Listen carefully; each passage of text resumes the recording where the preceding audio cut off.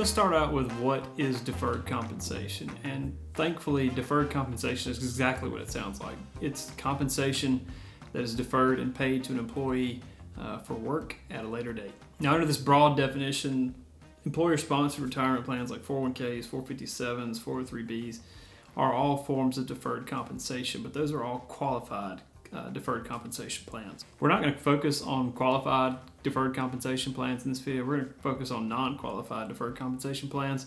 So if I say something like deferred comp or golden handcuffs or some other reference to a deferred compensation plan, I'm not talking about a qualified retirement plan. With that said, it will be easier for us to kind of look at the differences between qualified and non-qualified plans. So I've got a little graphic table, whatever, on your screen, and it'll kind of explain the differences. The only way in this table they're actually similar is pre-tax contributions. Contributions to a deferred compensation plan can be made on a pre-tax basis. They're not taxable to the employee until they are constructively received by the employer. They have substantial control over the money in the account. The first way they're different is contribution limits. While 401ks, 457s, 403bs all have contribution limits, deferred compensation plans do not. Also, qualified plans have to be, there are rules about how they have to be equally shared among all the employees in an organization.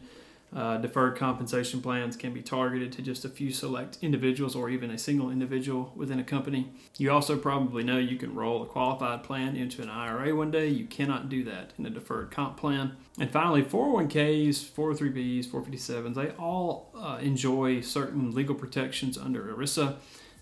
There is no such protection for a deferred compensation plan. We'll talk more about the risks for deferred comp plans in just a minute. First, let's talk about benefits of deferred compensation plans for employers. Now, there generally aren't any tax benefits associated with deferred compensation plans for the employer. It's mainly a retention tool. So many employers will use it to focus on an individual or group of individuals within their organization.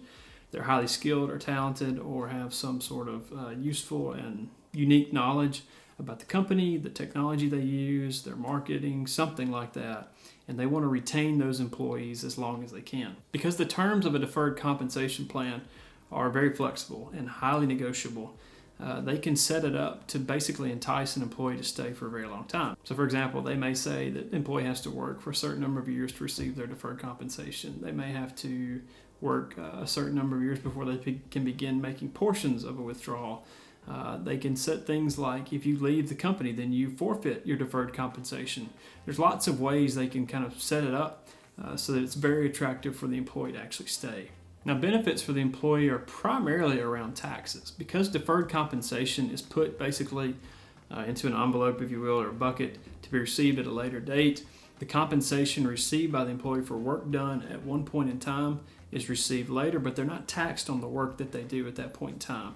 Now, that may be very helpful to them if they're in a very high tax bracket and their marginal tax rate is, say, 32, 35, 37%, something like this, where a whole third of their income is going to income taxes. If they defer it into retirement when they're not working and their income is much lower, they may be able to take that money out at, say, 12, 22, or 24% tax bracket and save a load of money. So, for example, if you're an executive at a company and your annual salary was $550,000 a year, that means you'd be in the 35% tax bracket in 2024.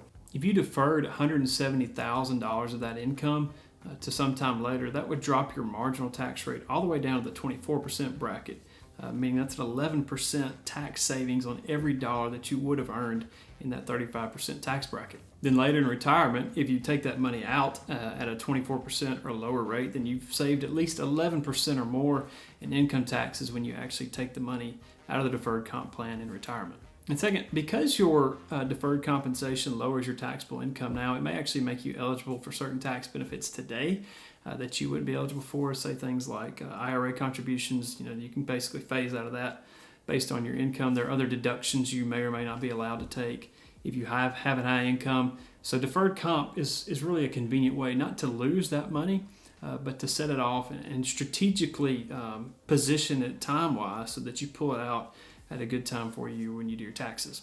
And again, there are no caps on it. So you're talking potentially hundreds of thousands of dollars that you could wait and pull out at a later date when you need it. Now, in most cases, once an employee is invited to participate in a deferred compensation plan, It will renew in some form annually until they complete their employment. Also, if you have an unplanned life event, like maybe a permanent disability or a premature death, then typically the funds in the deferred compensation plan will vest immediately and move into your state. Next, let's talk about the risks of deferred compensation plans. We did say there were a few. The first one I want to focus on is the ERISA protection that you don't get in a deferred compensation plan. So your 401k or other qualified retirement plans, there are certain legal protections, and again, it depends on your state. And I'm not an attorney, so you'll have to look all this up on your own or reach out to a qualified legal representative, whatever. But basically, you don't get those protections in a non-qualified deferred comp plan. Another downside of deferred comp plans is even though you can invest in some deferred comp plans, the investment options tend to be pretty limited. So if you think about a crummy 401k that has a really small selection of investment options, some deferred comp plans can be like that as well. So that's a potential risk that you're basically isolating that money in a space that you can't even invest very well, which is a bit of a risk to the overall long-term value of it. Another risk is that once you receive the funds in a deferred comp plan, and many times you can't control when you receive that, it's arranged years and years in advance.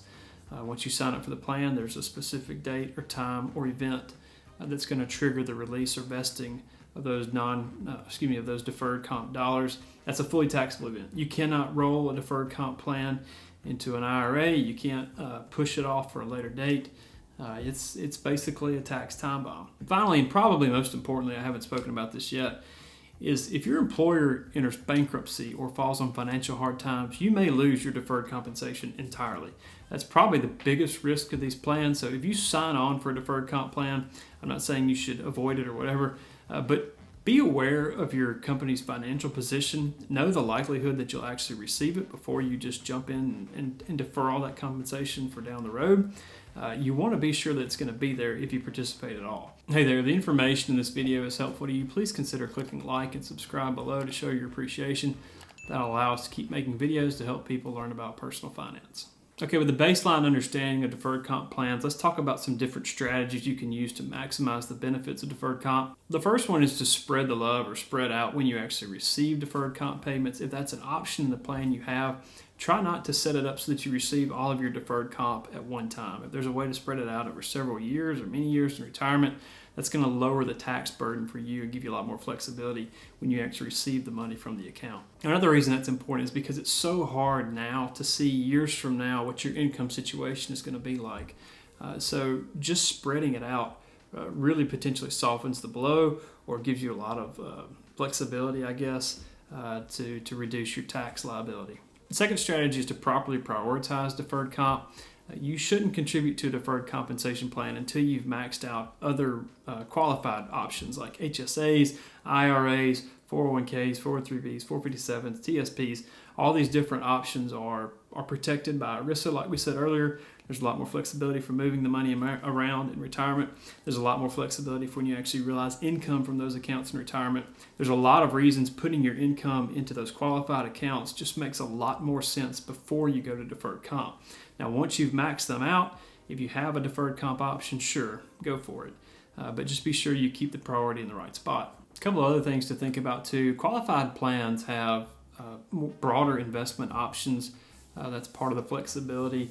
And any balances that are vested in a 401k or 403b or qualified plan are yours completely. You don't have to worry about it. If the employer goes bankrupt, the company goes away, that money's yours. It's protected. It can't be taken from you and distributed to claimants from the company that you worked for. Strategy number 3 is to think about other income you'll have in retirement. Like we already said, the real difficulty in deferred compensation and maximizing the benefit of it is forecasting what you'll actually need in retirement.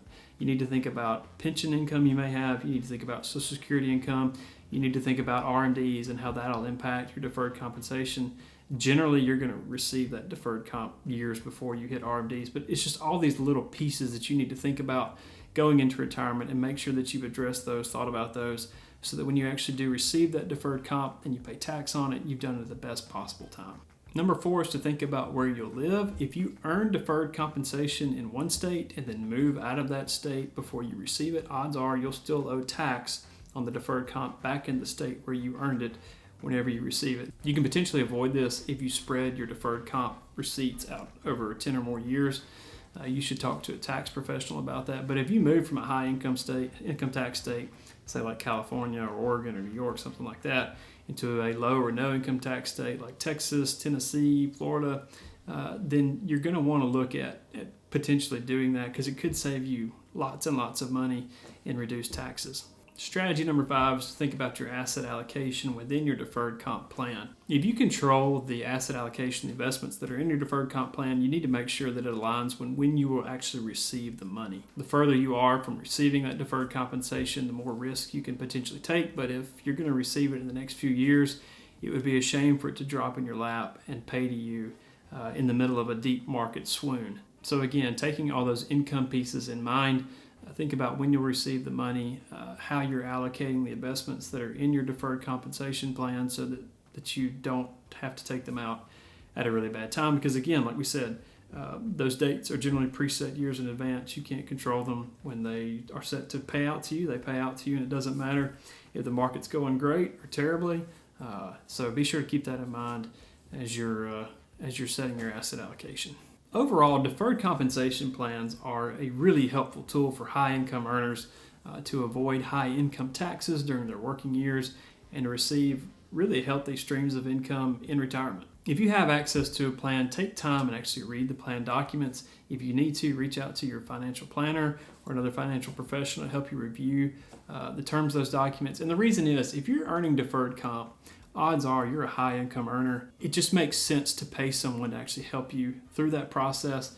You'll actually probably come out better over time. You might avoid some costly taxes and things. Generally, these things pay for themselves, so don't be stingy. Go hire somebody, get some good advice for your deferred comp plan. For more about personal finance topics, please check out our YouTube channel and our website, martinmoney.com. As always, we are grateful for your interest and your time. God bless and take care.